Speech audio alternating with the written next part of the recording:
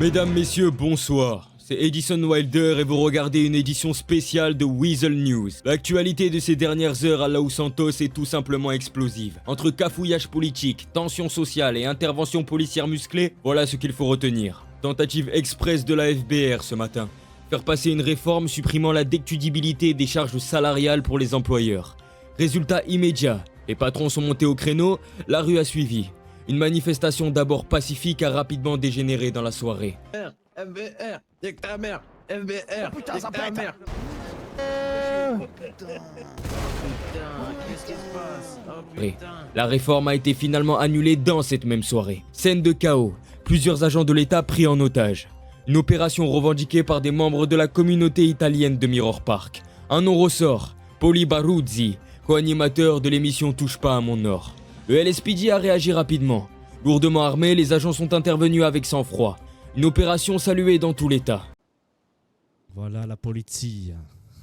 Coup de théâtre hier soir. Le gouverneur Paxton annonce l'indépendance du Nord comme nouvel État des États-Unis. Mercredi, un nouvel État américain verra le jour, l'État de Blaine. Mais à peine 24 heures plus tard, le vice-maire James Ashford annule la décision, évoquant un acte précipité et irresponsable. Nous revenons sur notre décision de rendre le Nord indépendant. Nous cessons immédiatement et nous allons signer le fait de contraindre cette indépendance sur le champ.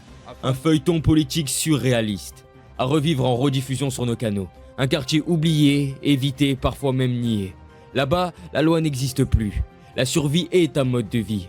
Violence, économie parallèle, mode de vie nomade, c'est une société parallèle qui se construit chaque jour.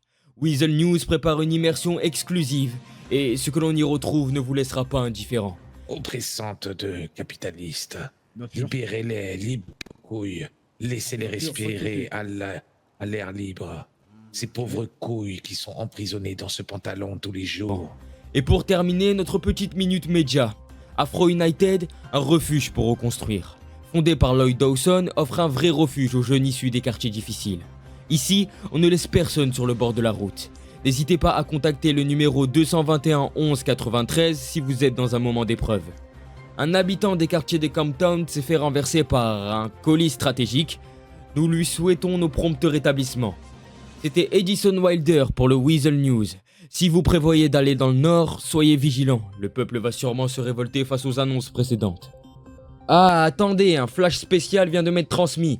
Lane Smith, chargé des affaires et des finances du Nord, l'homme qui a annulé l'indépendance du Nord, aux côtés du vice-gouverneur James Ashford, aurait été attrapé par la LSPD et le LSSG après avoir tranché la gorge d'une figure de la famille italienne de Mirror Park, à l'intérieur de l'hôpital du Nord. Voilà, bonne soirée.